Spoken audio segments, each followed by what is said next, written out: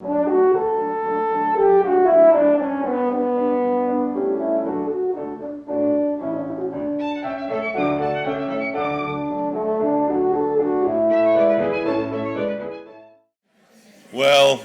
evening, everybody.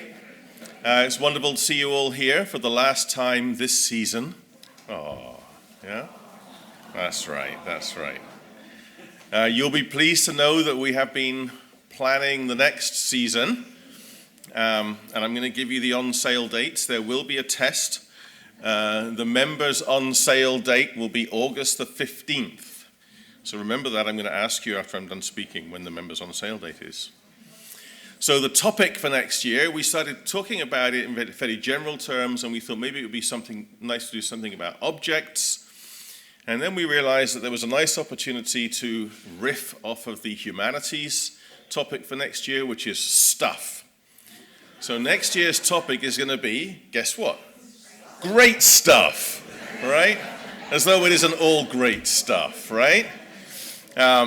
And there'll be some conventional lectures about material from our collections. We're already talking to people about it.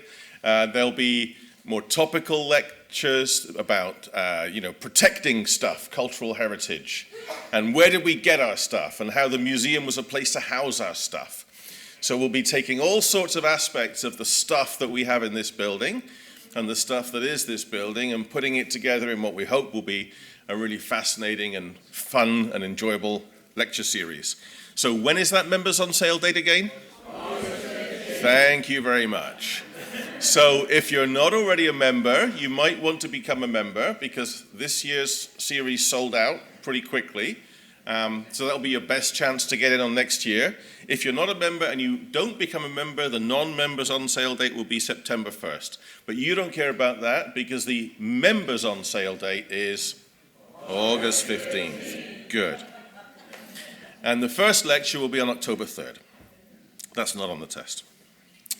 So now to the serious portion of this evening's proceedings. It's my pleasure to introduce Jeffrey Ray, who is the Senior Curator Emeritus of the Philadelphia History Museum at the Atwater, Kent. He holds degrees from Bard College and the University of Pennsylvania. He began his career in museums right here at the Penn Museum while he was a graduate student in ancient history and languages. Jeffrey majored in Greek history and minored in Egyptian history, and learned his Middle and Late Egyptian upstairs on the 5th floor of the academic wing with Lanny Bell. While studying at Penn, he excavated at the Temple of Apollo at Haliais in the Peloponnese and participated in the survey of the area around the Frankthy Cave in the joint Penn and University of Indiana excavations in 1973 to 74. In 1978, he joined the Education Department of the Penn Museum, now the Department of Learning Programs, and was here for 7 years.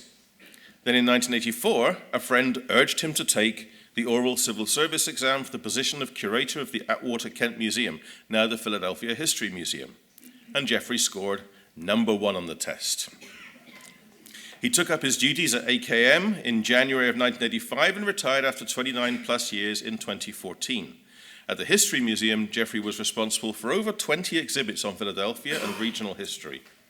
He served on boards of historical and preservation organizations such as Elfreth's Alley and the Friends of Memorial Hall. He was also a reviewer and panelist for the Institute of Museum and Library Services, the National Endowment for the Humanities, and the Philadelphia Culture Fund. In addition to his work at the Atwater Kent Museum, he's taught art history at the University of the Arts for 18 years. He continues teaching at UArts and now teaches museum studies in the online graduate program in arts administration at Drexel University, as well as a course he developed for the art museum at art department at St. Joseph's University on the history of art and art history museums.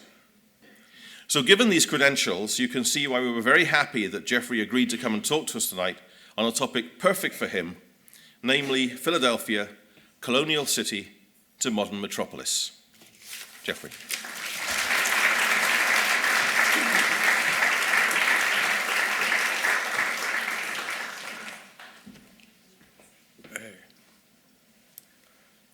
It's on. Okay. Here.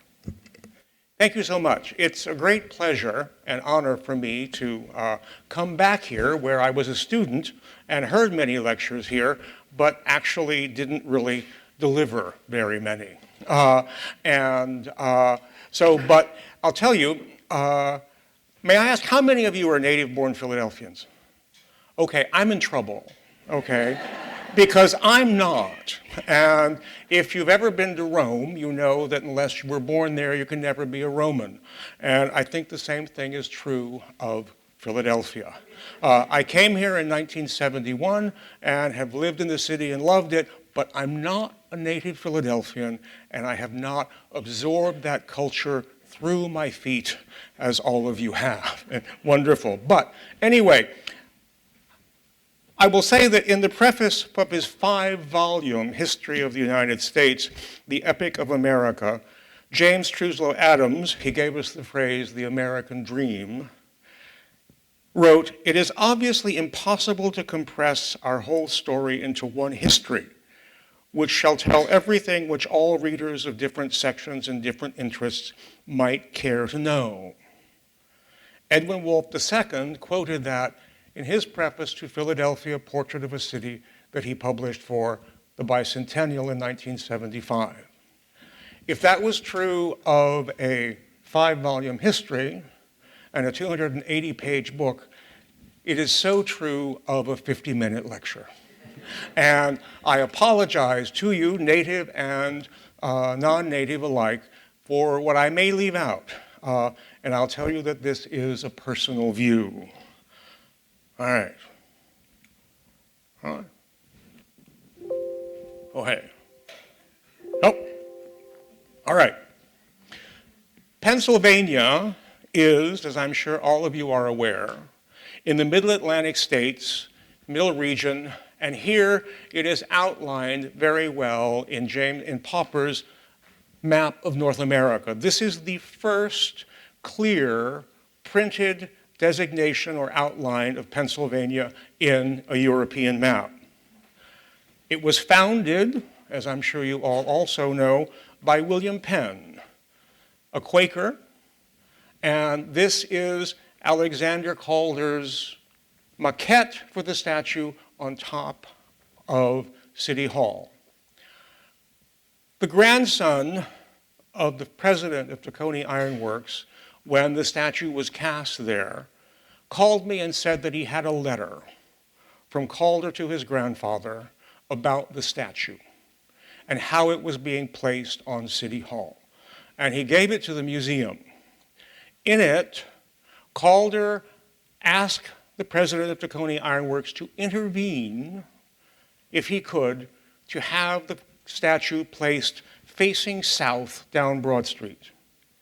Calder said that he had created the statue with the intricate detail, the buttons, all of this, and that it would not be seen in the north-facing direction. City Council ignored Calder's request, and the statue faces Shackamaxon Penn Treaty Park. And yes, it is true that if you stand at a certain place, it does look like he's peeing on the city. Anyway. He does. He's holding the Charter of Privileges in his hand, and anyway, there you go. Here, this is a more contemporary view of Penn and his wife Hannah Callowhill Penn by Francis Place.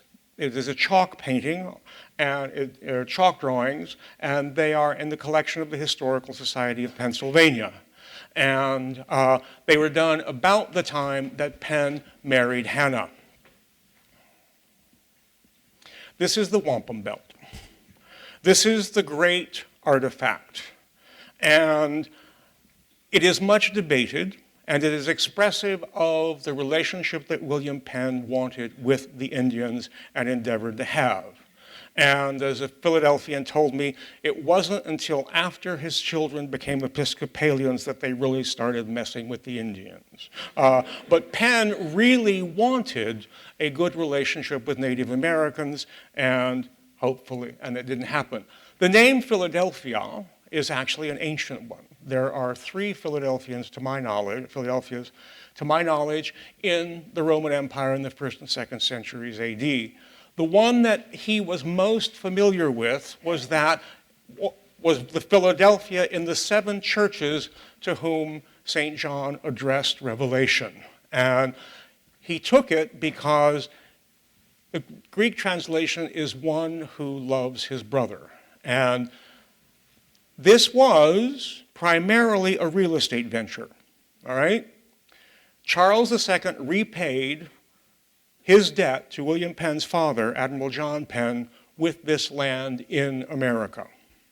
Penn wanted to sell it, all right? Or he wanted to sell lifetime ownership of the land. And it was also the most liberal colony of the 13 in terms of religious toleration. The only thing you had to do was to agree to profess that you accepted Jesus Christ as your Savior and that there was only one God, and you were fine. This is the first image that we have of Philadelphia. This is Penn City. It goes in the north from Vine Street to South Street, and it stretches from river to river, from the Delaware to the Schuylkill. Penn originally wanted Philadelphia to be where Chester is, but there were already too many farmers there, and it was going to cost him too much money to buy the land from them. And so Thomas Home came up the river and laid out the city here. And this is Center City.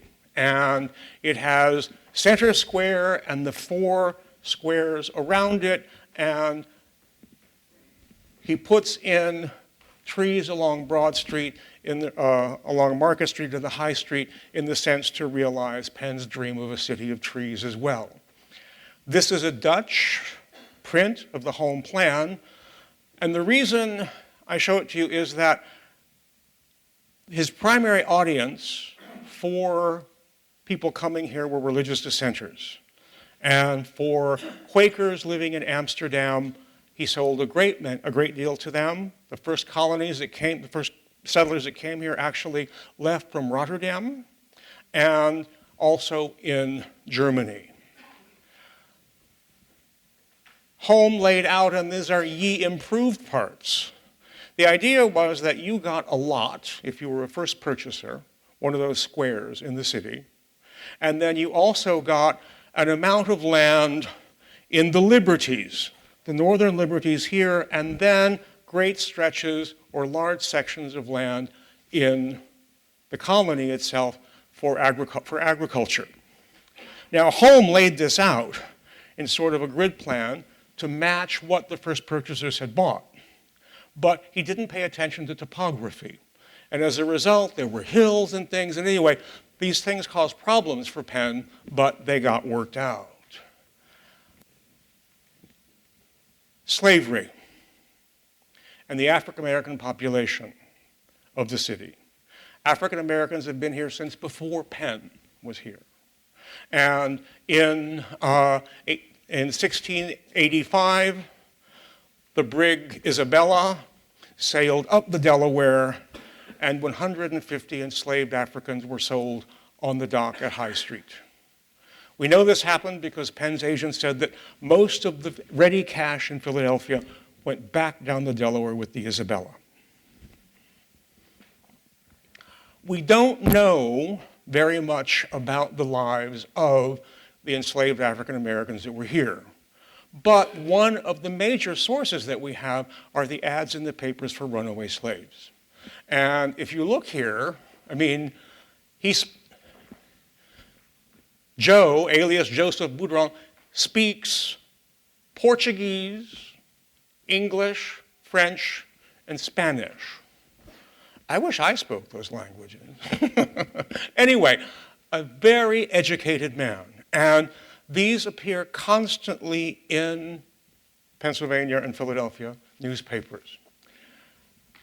The Quakers were the first to react against slavery, and the first testimony against slavery was published by the meeting in Germantown, the Quaker meeting in Germantown in 1688. Benjamin Lay, a Quaker, used to sit outside on a bench outside the Quaker meeting house with his feet in the snow in the winter, in the same way that the African slaves who had no shoes would have to walk and deal with the cold weather. He published broadsides against slavery, and we'll take up the story a little later.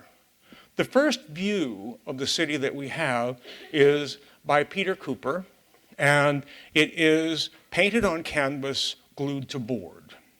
And most people believe it's in the collection of the library company, and when you go to the reading room, you can see it there above the shelves. And most people believe that it was probably meant to go over a fireplace and that it could have been painted for one of Penn's children.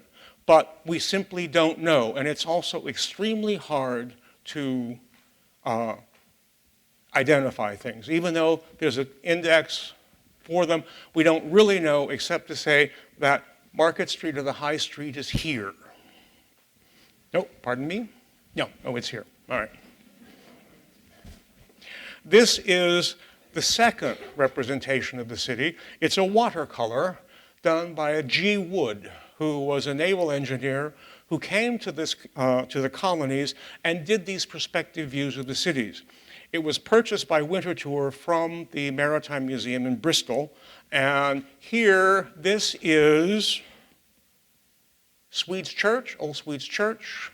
This is the house on the top of the hill of the Society of Traders, why Society Hill has its name today. And then the city is down here with Dock Street here, and then the High Street.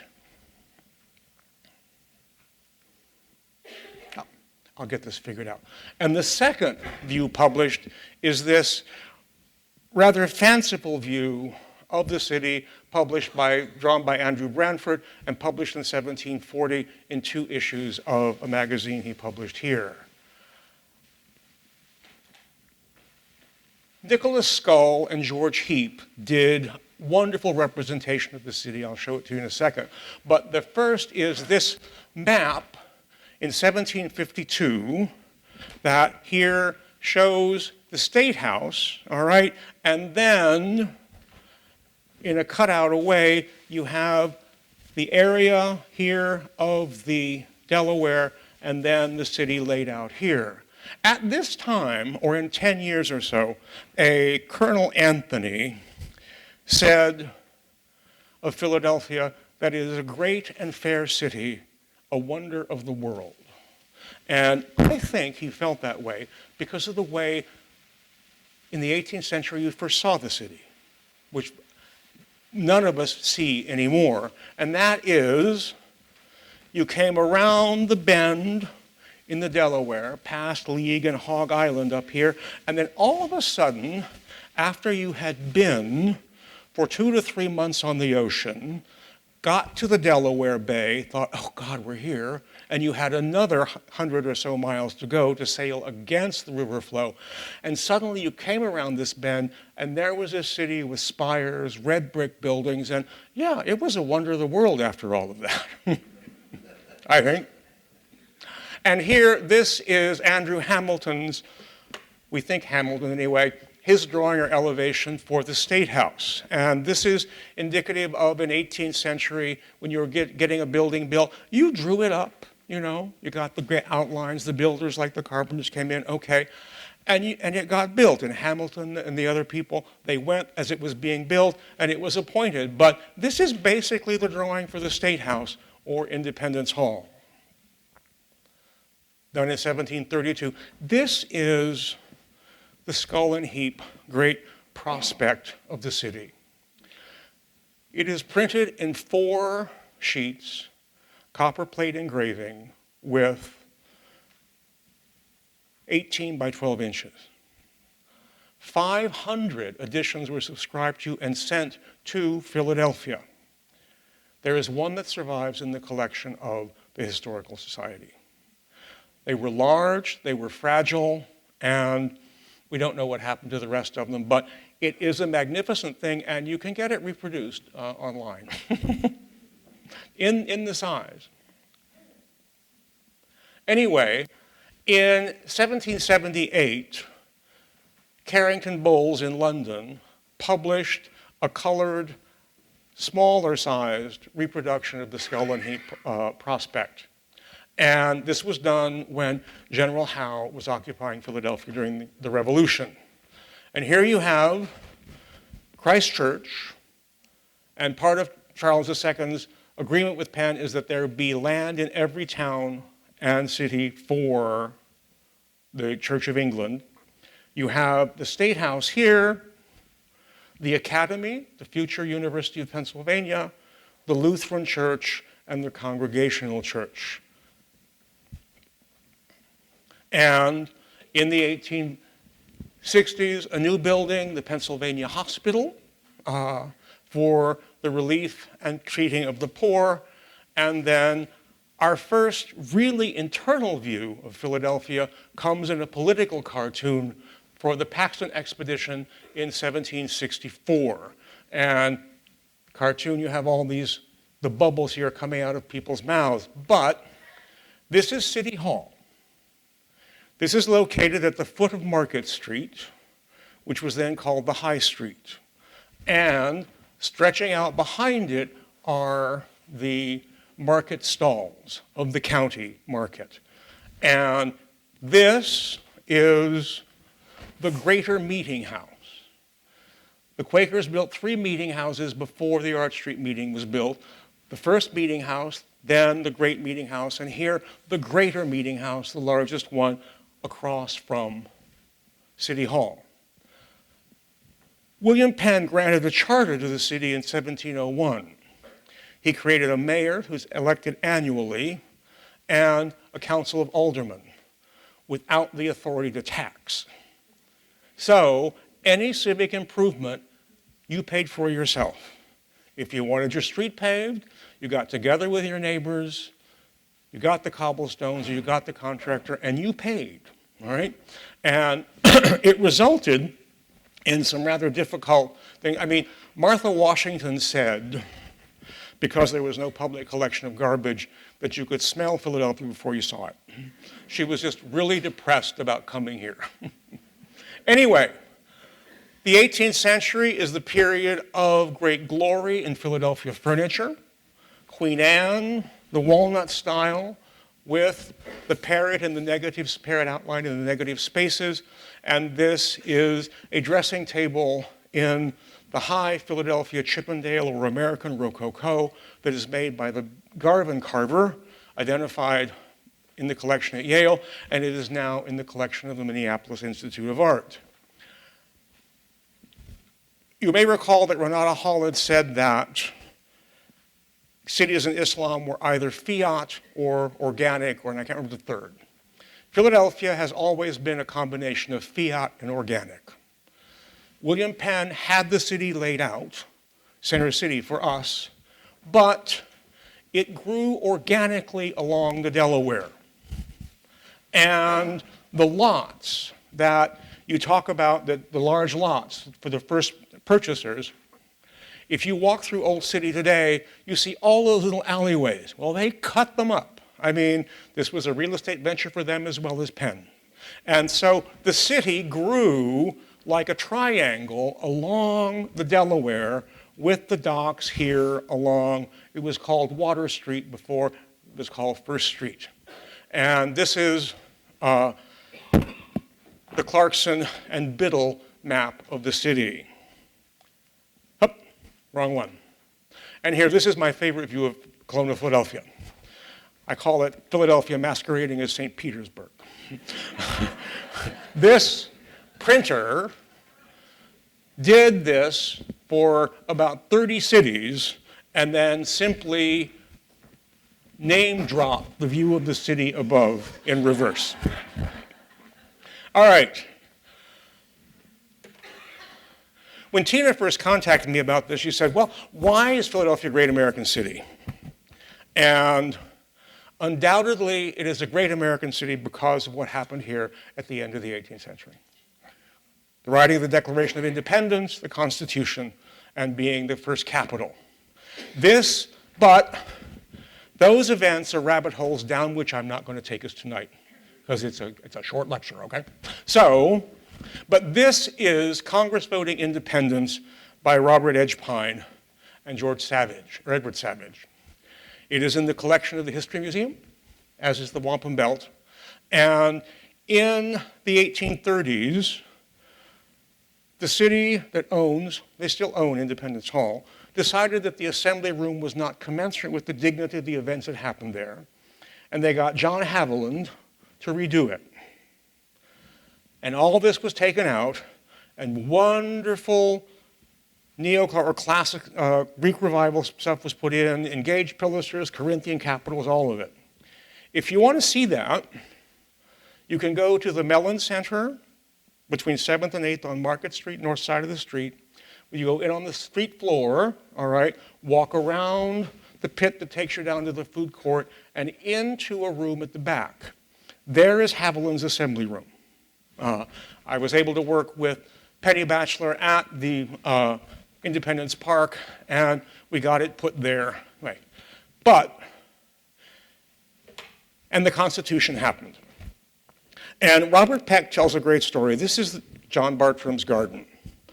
And Robert Peck tells a great story that in 1788, or 87, when the Constitutional Convention was happening, and one French visitor said the humidity was so great that he didn't know if he was going to be able to catch his breath.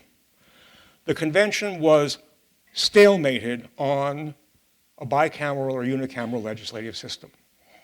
Franklin said, why don't we take the day off and go visit John Bartram? So Peck says that Bartram was in his garden, barefoot, pants up around his knees, and looked up, and the Constitutional Convention was getting off a boat.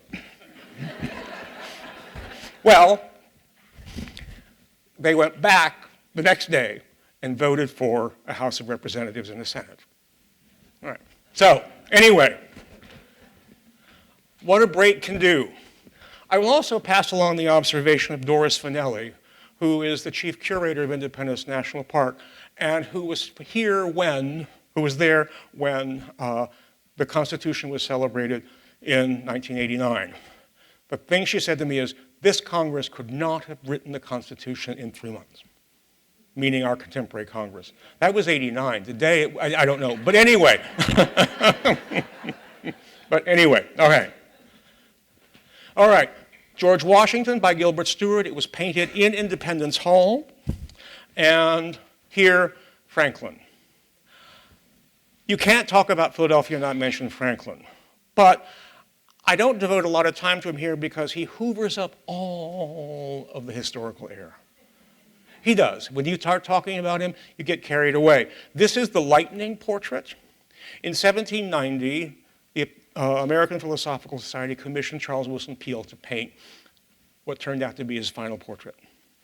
Franklin was ill and could only sit for 20 minutes at a time and died in the process of the painting. When Peale finished it, based upon his drawings and recollections, APS rejected it. It was bought privately, given to the Historical Society, and now it is now in the collection of the History Museum. Was my painting. Okay, anyway, but here we have no idea. Probably the greatest thing he did, practically, was inventing the lightning rod. Because we cannot understand the terror in people's minds when a thunderstorm struck and was their house going to be hit and burned down. And this extremely practical invention is one of the best things he did. Franklin was the first president of the Pennsylvania Abolition Society that was founded in 1775. And they were instrumental. This is a later portrait photograph with Lucretia Mott front and center. And the Abolition Society was instrumental in getting Pennsylvania's rolling abolition law passed. It was passed in 1780. The slaves were not freed. If you were born a slave, you died a slave, but if you were born after 1780, you were free. Only you had to work 28 years for your master after attaining the age of 10. And so the last enslaved person in Pennsylvania died in 1847. But this was the model that virtually every northern state used to abolish slavery before the outbreak of the Civil War. The 19th century, a view of Philadelphia from the west. We're moving into the Romantic period and looking at cities from the outside, except here, William Birch and son, Edward or Thomas. And here, this is the map. And again, the city is growing organically along the liberties which are not included in Birch's views. And then here, this is the famous one his son did, Thomas Birch, his view of Philadelphia on the Delaware from Kensington. This is the Treaty Elm, under which West painted Penn signing the treaty at Paxton. It blew down in a few years, and if I had one piece in my collection, I had 150 of the Treaty Elm. It was cut up and all of that, and then, but my personal triumph in terms of the Treaty Elm is collected from George Vaux, just before he died, son of Treaty Elm. Now you think, anyway, but people used to go up to the Treaty Elm and get the suckers that were growing, and George Vaux's great-grandfather grew one. When it blew down, he cut it up, and I have a branch of son of Treaty Elm. Anyway, this is the dock with the ferry to New Jersey. Here, the commercial part of the city. Birch did 32 views. I'm not going to show you all of them, relax. But Third and Market, the commercial area, and then here, Market Street with Christ Church, and then the State House. And here, this is a group of Native Americans who have come to visit Washington. And then here, these are the market stalls that ran behind City Hall.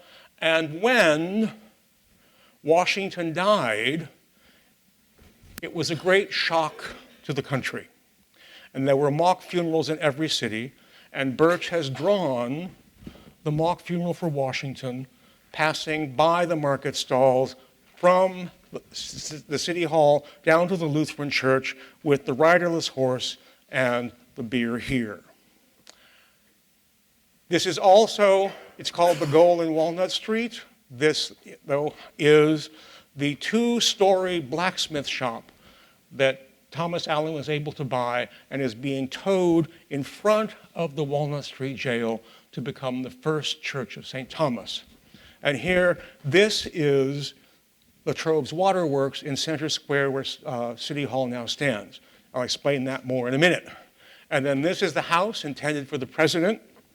The city built it in an effort to get the capital to stay here. Washington apparently arrived and said, I can't live there, and rented Robert Morris's house, and that's the president's house in the park. And the University of Pennsylvania moved here from the academy in 1802, and the medical school was the first occupant. When the capital left Philadelphia, they left the most elegant, vibrant, and interesting city in the country, here. Silver by Joseph Anthony. This is a work table attributed to Michael Bouvier. The urban myth in American material culture is that Bouvier is the ancestor of Jacqueline Bouvier Kennedy. And the urban history legend is that Black Jack Bouvier took all of the records that had come down from Michael Bouvier and burned them because he didn't want people to know he came from trade. It was also the city of the Peale family and Thomas Sully, great portrait painter.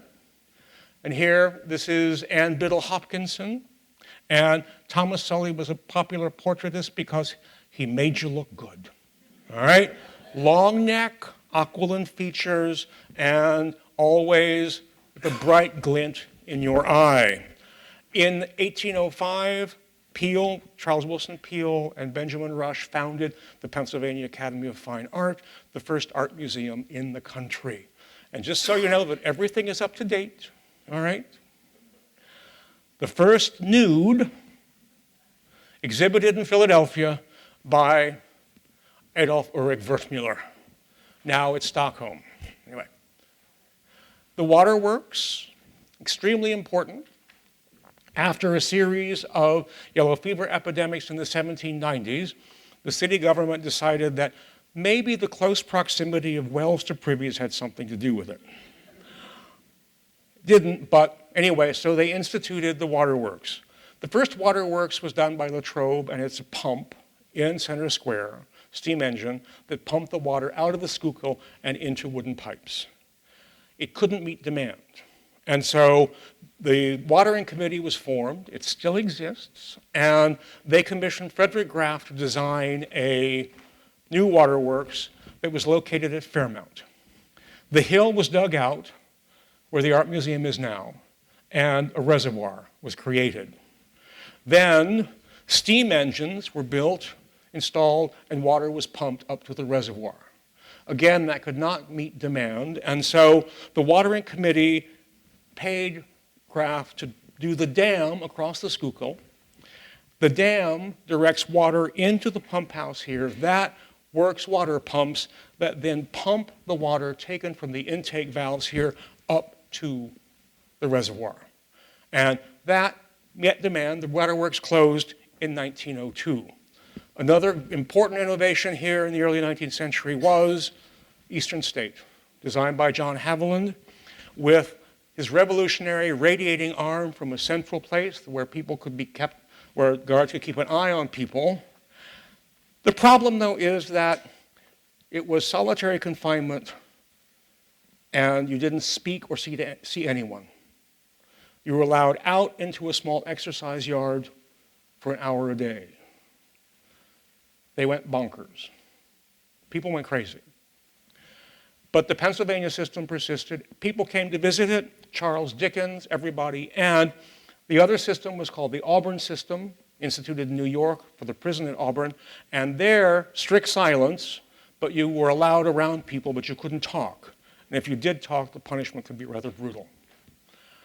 Okay, the 1830s and 40s were not a good time in Philadelphia, all right? In 1838, the Pennsylvania Abolition Society built Pennsylvania Hall. It was attacked on the 17th of May after Lucretia Mott had led a group of women that were meeting on the first floor, black and white, out of the hall. It was then attacked and burned. And Bowen has captured the moment here where the fire companies arrived and were directed by the mayor to protect the houses on either side and not to put out the fire in the hall, because abolition was not regarded as a good thing.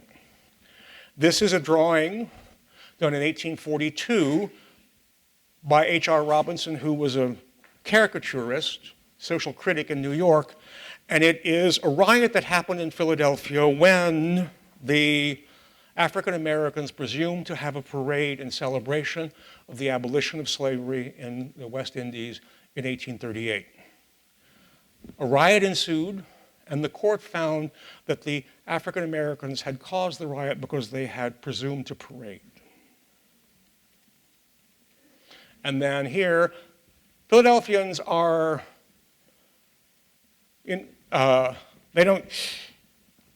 this is an anti-Catholic riot that again happened in 1844. And here, the very well-dressed Presbyterians in their frock coats are fighting the militia sent under General John Cadwalader. They probably didn't look like that, because this was anti-Irish going on. And then here, this is the Church of St. Philip Neri behind, and the mob broke into that and burned it down. But the city reacted to these things, and in the 1850s, 1854, it was consolidated as a measure of reform. Philadelphia City became Philadelphia County. It had three effects. It expanded the city, number one, into areas where it could never have grown without it. It also meant that if you broke the law in Philadelphia, you couldn't just run across South Street or Vine Street and get away. And it added Germans to the police force from Germantown. And so that the police force and the militia was much more diverse.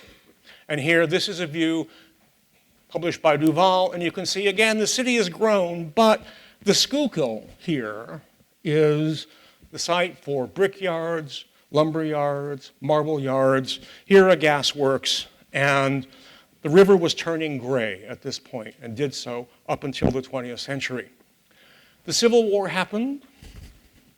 On the eve of the Civil War, as Fort Sumter was falling, 20,000 Philadelphians assembled on Broad Street in support of the property rights of slaveholders.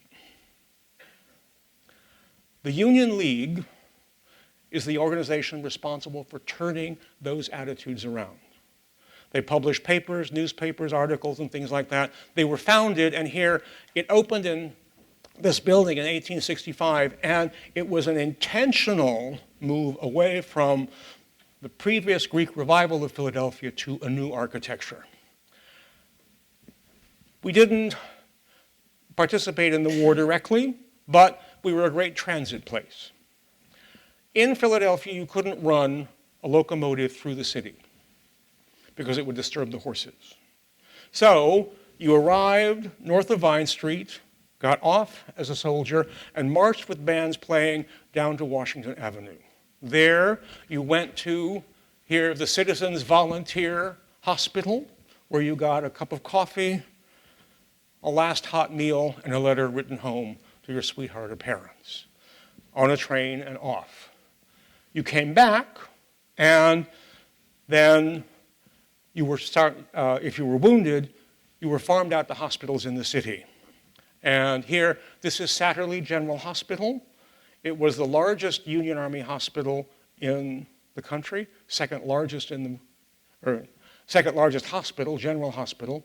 And you were admitted there and sent places. Philadelphia became honeycombed with hospitals, and the Stump Hospital, cross my heart, that's what they called it, was around the corner from my house at 22nd and South. This is the opening day of the centennial. Officially, the International Exhibition of Arts, Manufacture, and Products of Soil and Mine. And it is the most important thing that happened in the city in the 19th century, I think. It announced America's arrival as an industrial power, and it put Philadelphia on the world stage again. But there were problems. Remember, Lincoln Steffens said Philadelphia was the most poorly run city, poorly governed city in the world. Dickens said we were corrupt and contented. Congress refused to authorize funding to the city of Philadelphia and demanded that a Centennial Board of Finance be created. It was, and federal money and other money raised there. My favorite story about this day is that someone looked around and said, "Where's the governor of Pennsylvania?" No one had invited him. Everyone assumed someone else had done it. But he came, he was there for Pennsylvania Day. Located in West Philadelphia, in Fairmount Park, here, Memorial Hall, the main building, and Machinery Hall. And here you can see the plan, and here, Memorial Hall, and an annex to the Art Museum. Memorial Hall was the Art Museum. It opened in May with Ulysses S. Grant, President Grant, and Dom Pedro II of Brazil here. The great event was when Grant and Dom Pedro put their fingers to a button and turned on the great coreless engine in Machinery Hall. The flywheel is 30 feet in diameter, right? And slowly, and look, it was built in Providence, Rhode Island. We had big industry here, but it was the most efficient steam engine based with Corliss's patents in the country. And slowly but surely, all the machines in Machinery Hall slowly came to life. Apparently, it was quite a sight. And here they are. This is Machinery Hall, and here, this is the main exhibition. The torch for the Statue of Liberty was here, and there were over 30,000 exhibitors in the main building. The kindergarten was first introduced here, and the Colonial revival started in the Colonial kitchen in the Women's Pavilion. And now about the Women's Pavilion, kindergarten. Anyway, Elizabeth Duane Gillespie, all right, was head of the Women's Centennial Committee. They were promised space in the main hall. Then there was no room.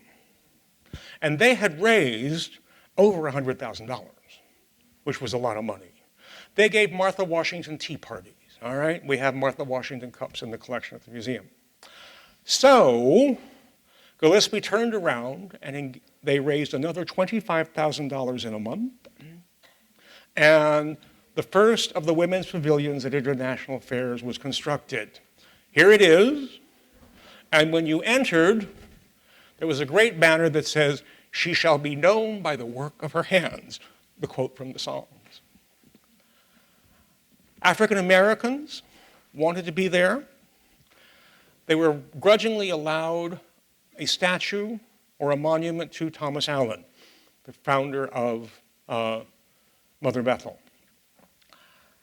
It was made in Ohio. The train carrying them, it was a marble gazebo with the bust in the center, and the train carrying the bust went over a bridge that collapsed. The gazebo was lost, but the bust was in another car. It made it to the Centennial and was exhibited there in the last 2 months. And then, according to the pastor at Mother Bethel, they got a very snippy letter saying it had to be removed from the grounds within 10 days. This is it. It was given by the AME Church in Ohio, where it was made, to Wilberforce College. It returned here in 2010, where it was conserved, brought back together, and exhibited at Mother Bethel, and it's now back at Wilberforce. Here, this is the visit of the small breed family. And if you think this is bad, all right, according to the Centennial Guide, there was a restaurant, a southern restaurant, where, and I'm not making this up, where the visitor could see plantation darkies singing their songs and playing their banjos.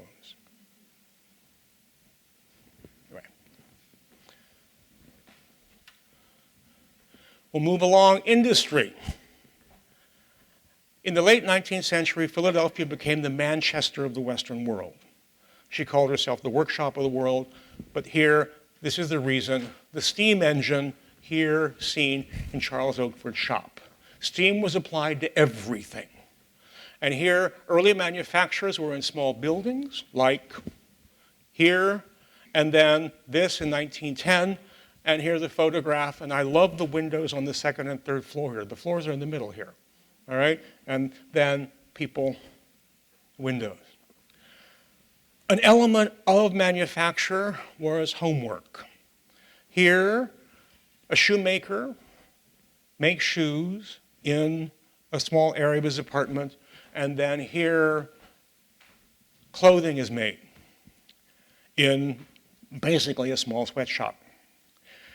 An event that people don't really know much about is that sizes for men's clothes came from Philadelphia in the Civil War.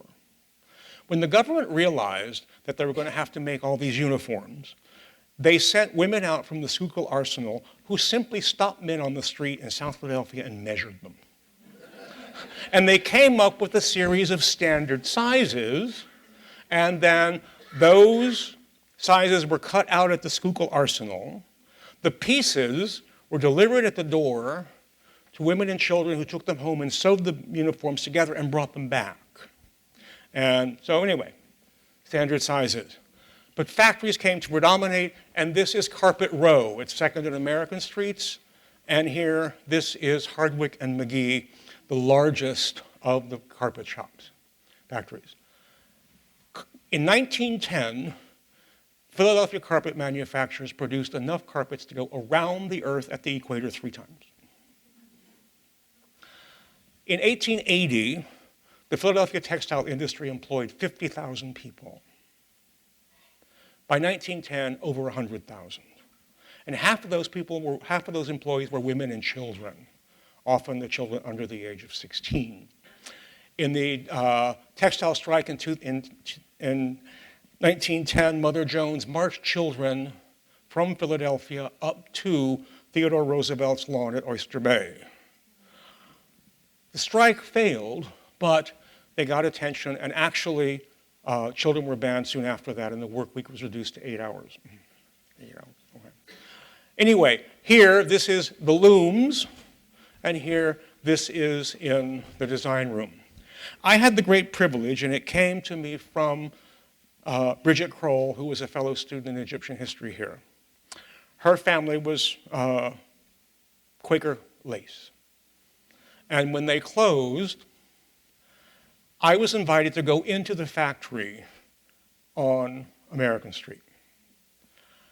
The weaving shed, where the lace was made, 2 stories, there were 20 Nottingham looms per floor. Those looms weighed 8 tons empty, or start new could made, and 11 tons when they were threaded. And I was able to see that before they were sold. They were broken down. Many of them were sold. The looms went back to Europe, but many of them were also scrapped. We collected great stuff, including the photographic archives of Quaker lace patterns. Museum.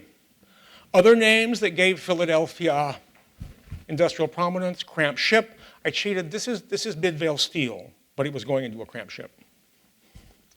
Diston File and Saw Works. The family story, according to the present Henry Diston, is that Henry Diston from Scotland came, made his saws, and went down Market Street walking into hardware stores, and walked in, picked up a saw off the shelf, and bent it in half. They usually broke, but Diston's didn't. And he replaced the saw for free to the hardware store. Eventually, they became a large foundry, and they made plate for cramp ship, for the sides of ships. This is Midvale Steel in Nicetown, and Baldwin Locomotive. Baldwin Locomotive, there's a great story. They were going out of business.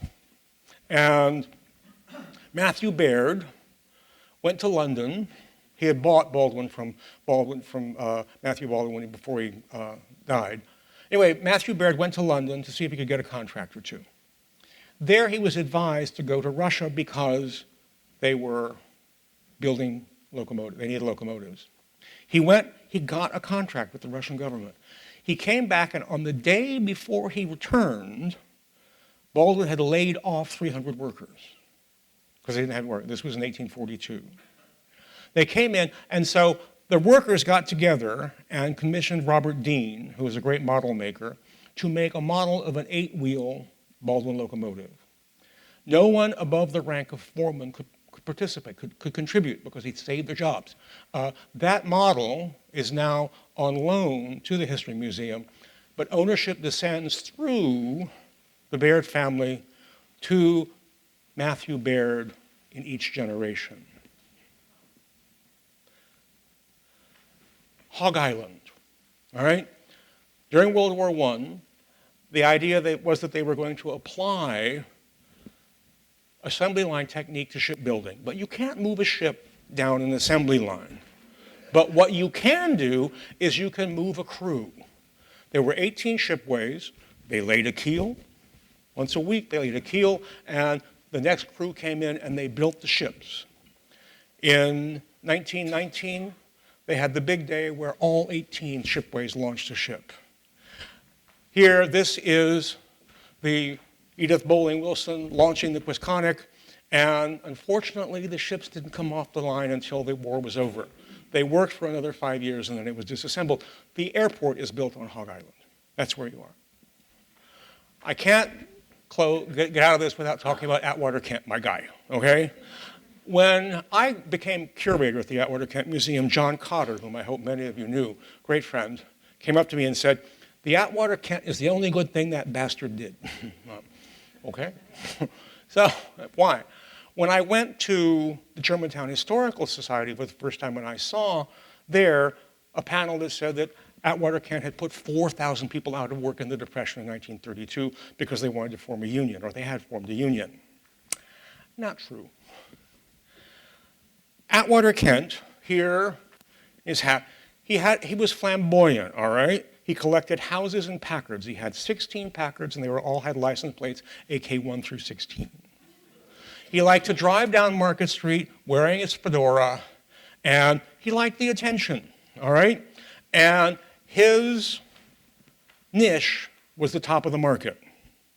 I caution people who called me about Atwater Kent radios that they're not a good investment because you could pay $125 per one in 1920, and in 2000 you could buy the same radio for $125.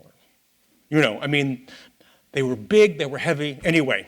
But he created the Atwater Kent Music Hour that established Sunday nights at 8 o'clock as culture, all right? Remember Ed Sullivan and all that? And here's the factory on Wissahickon Avenue, and then this is Midvale Steel, opposite. Atwater Kent, my favorite stories about him is he closed the factory in 1936 because there was just no business. He went to Florida, or went to California because he and Maud Kent, his wife, didn't get along. He bought a large property in Los Angeles, and during the Second World War, he happened to be downtown, and a group of soldiers from Philadelphia were there, and he invited them back to his house for a party. Mr. Kent started giving parties, all right? He became the party guy in Los Angeles, to the extent that his obituary in the Los Angeles Times said that the most appropriate monument would be a perpetual champagne fountain on Sunset Boulevard. But he gets criticized, but he was also the most generous philanthropist in the country in the 1940s, giving away over $3 million a year. He made a fortune, all right? But he didn't like unions. Okay, this is my favorite photograph from the history collection, and it is Tacony Iron Works, where all the statues on on City Hall were forged. And then here, a company that made Philadelphia's name, people, they say, oh, I thought they must have been in Denver. Stetson hats, all right? Fourth and Montgomery. They grew from a single row house to cover 25 acres with these buildings and what Stetson did was he put all of hat making under one roof, as it were, all right? They'd all been farmed out. You got the blanks in one place, and brought them all together. The difficulty with Stetson was that he really preferred to hire only white Anglos, and if you were Italian, you started out in the stripping room for the skins, for the hats, where you stood in water all day. But anyway. And then here, this is the boss of the Plains, his first hat. During the Civil War, he went out there and realized they needed something wide-brimmed, and came back and started making it, and this is the telescopic crown, and then here, this is the Tom Mix hat. Stetson was a genius at combining popular celebrities with his products, and so Tom Mix always wore a Stetson, and then this is his most famous piece of advertising. This is the last drop of water from his Stetson to his horse, because he said the hat could also be used as a bucket.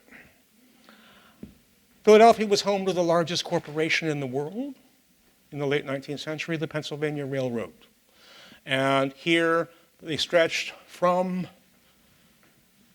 Philadelphia to St. Louis, north and south. Its great accomplishment, in my opinion, was Pennsylvania Station in New York. New York Central built Grand Central, Pennsylvania built Pennsylvania Station. It was based on the Baths of Caracalla, and when I was in graduate school here, Keith DeVries showed us magic lantern slides like this to give us an idea of what the Baths of Caracalla looked like. It was a remarkable place. The destruction or the loss of Pennsylvania Station, it started coming down in 1962, actually spurred the preservation movement in this country, and we're indebted to it for that. This is Broad Street Station in Philadelphia. Frank Furness designed it.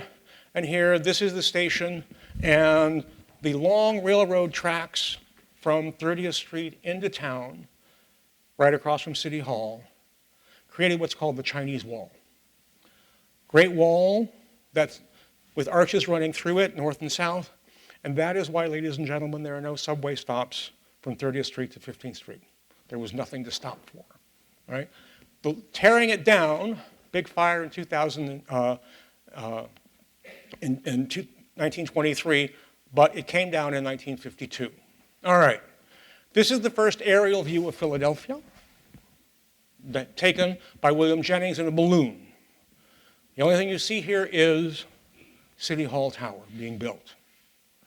It was supposed to be open for the centennial. It finally opened in 1901 for the turn of the millennium.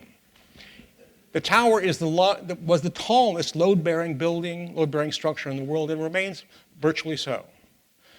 In 1940, we're getting to modern Metropolis. In 1940, this is what the city had done. It had filled in, and the Depression had stopped the development in the Northeast, but that continued. That happened, all right? And here, did I turn it off? Okay, we're good. This is the city in 1940. Philadelphia, City Hall in the center. These are the Pennsy Railroad tracks down to the Pennsylvania station at the Broad Street station. And then the PSFS building and the skyscrapers are large buildings that were built in the 1930s, 20s, and into the 1930s. Whatever you may think of SEPTA, we had a unified transportation system that combined trolley, train, and boats, all right? And we had a vibrant and important downtown, right? The Second World War was going to give Philadelphia a boost because the Depression had been really bad for us. And then we entered into a period, a little bit of decline. But anyway, it did become, and still remains, a great metropolis. I'll also pass on an observation to you. When I left here and went to the Atwater Kent, Morris Vogel, a professor at Temple, was writing a book called Cultural Connections. You may remember it. It was published by financed by the William Penn Society, published by Temple. And we were sitting down, getting to know one another, and Morris said, well, where'd you come from? And I said, rather sheepishly, the Penn Museum. And he looked at me like, what the hell are you doing here, but didn't say it. Anyway, but he said, after working on Cultural Connections for 3 years, visiting every cultural institution in the city and region, he said to me, you know, the Penn Museum is the one museum in this region that has international importance because of its collections. Now, I think that Anne Darnancourt has given this museum, in the Art Museum, has given the museum a bit of a run for the money, especially with the remarkable exhibition program. But wait until the renovations are done here, all right? And I think that, I'll say to you, that this is one of the places that makes Philadelphia a great city. Thank you.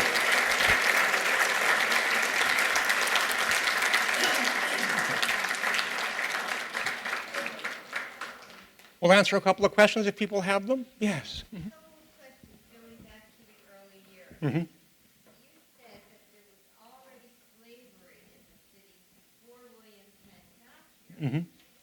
What were they doing? Who brought them, and what were they doing? Secondly, Mm-hmm. I have been told that Benjamin Franklin had at least one slave working in his print shop. Mm-hmm. When did he decide that this was wrong and get involved with the abolitionists? The slaves came with the Dutch when they settled in the Delaware Valley, and also the Finns brought slaves with them. And then there were random trips by slave merchants up the Delaware that sold to them. They were primarily agricultural workers, and they helped clear land and plant crops. Franklin did own slaves, but by the end of the Revolution and by the action of the Quakers, he had decided that this was not something he wanted to do, and he freed that one slave that he owned. Mm-hmm. Can you say anything cultural? I think you did the Vauxhall thing. Mm-hmm. Boston versus Philadelphia. Yes. Mm-hmm. Mm-hmm.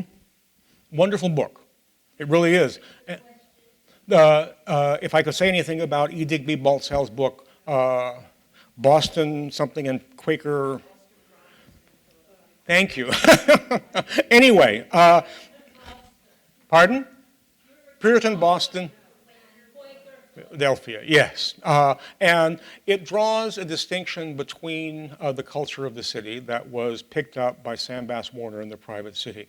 And it says that Boston and Philadelphia were examples of two different types of culture in the country and urban. And that even though the Quakers withdrew from politics in 1758 when the French and Indian War, 1756 when the French and Indian War started, they were still extremely influential here. And so he says that those are the two, that Philadelphia Quakers were an extremely important thing in establishing the culture of the city.